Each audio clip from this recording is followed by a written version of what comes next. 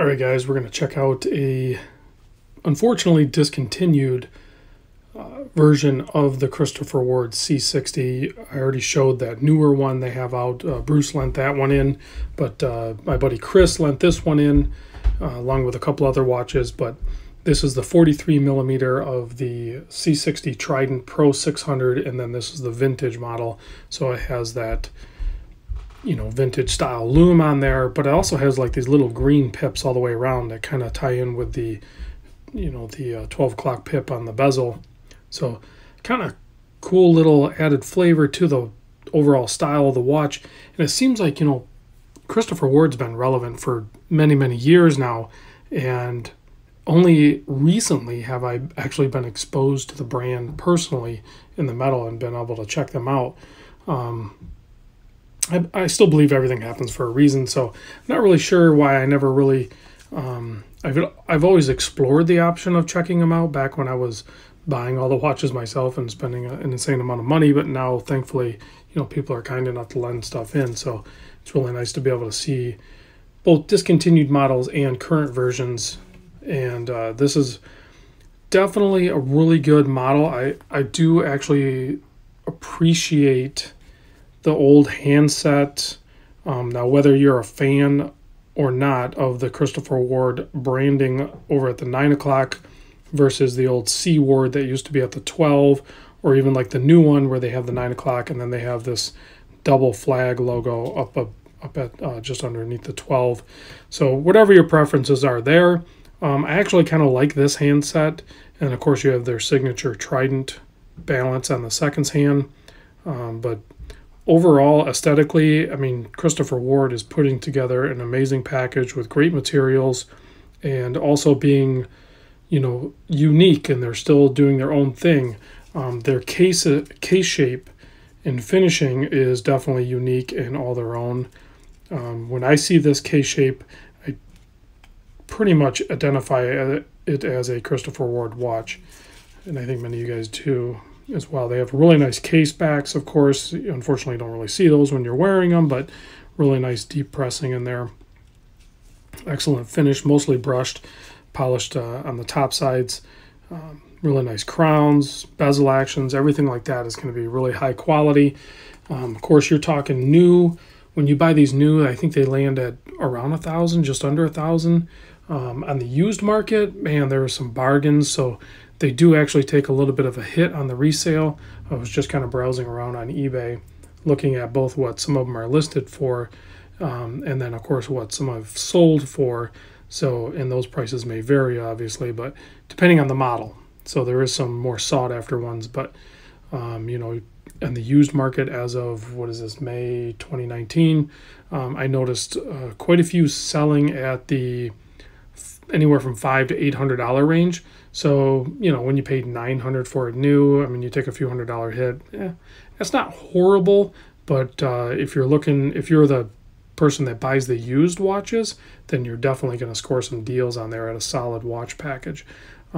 Personally, I like new purchases, but if they're really high quality and really well taken care of used examples, I'm not afraid to buy used. It's just there's a little bit of risk involved, but this one's really clean, really well taken care of. I don't think Chris really wore it too much.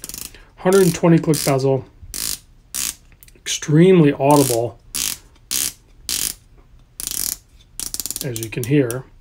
Lines up perfect, zero play.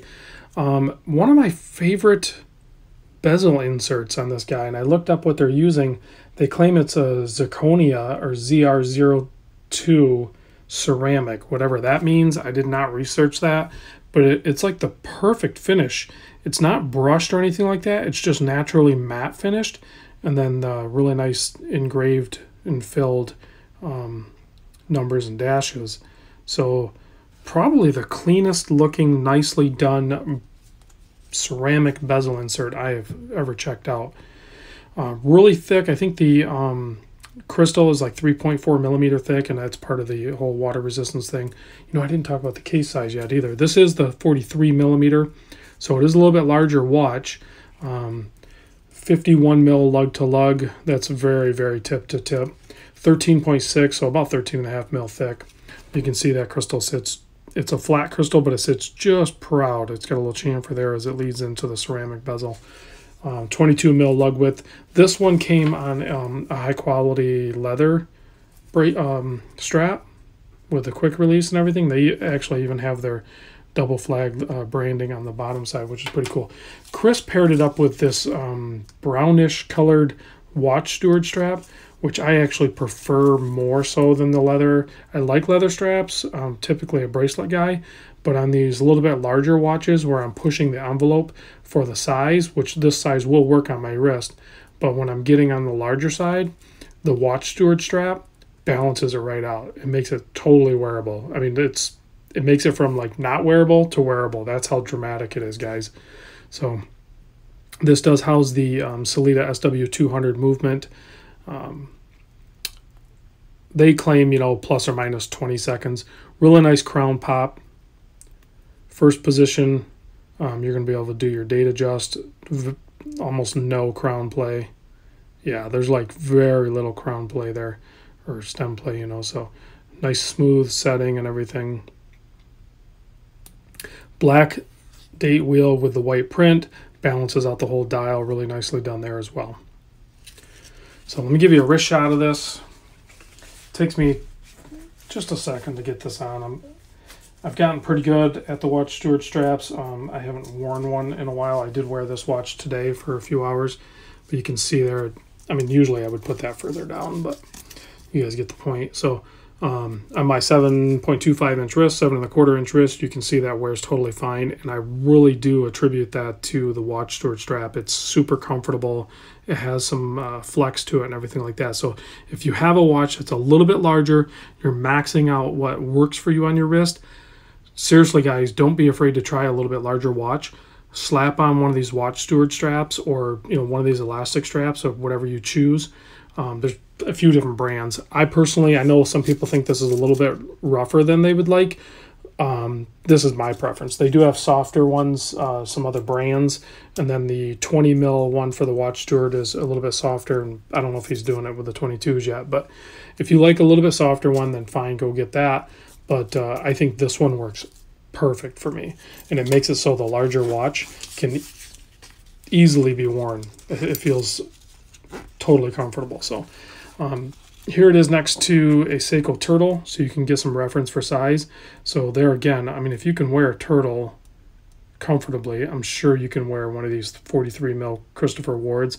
Sure, the lug to lug is going to be a little bit longer, but the case and everything is essentially the same size. You just have a little bit longer lug to lug, and of course 3 o'clock crown and all that good stuff. But awesome packaging too that the Christopher Ward comes in too. A really good presentation box. So extremely good value proposition, I believe, when you're talking even new at the $1,000 mark.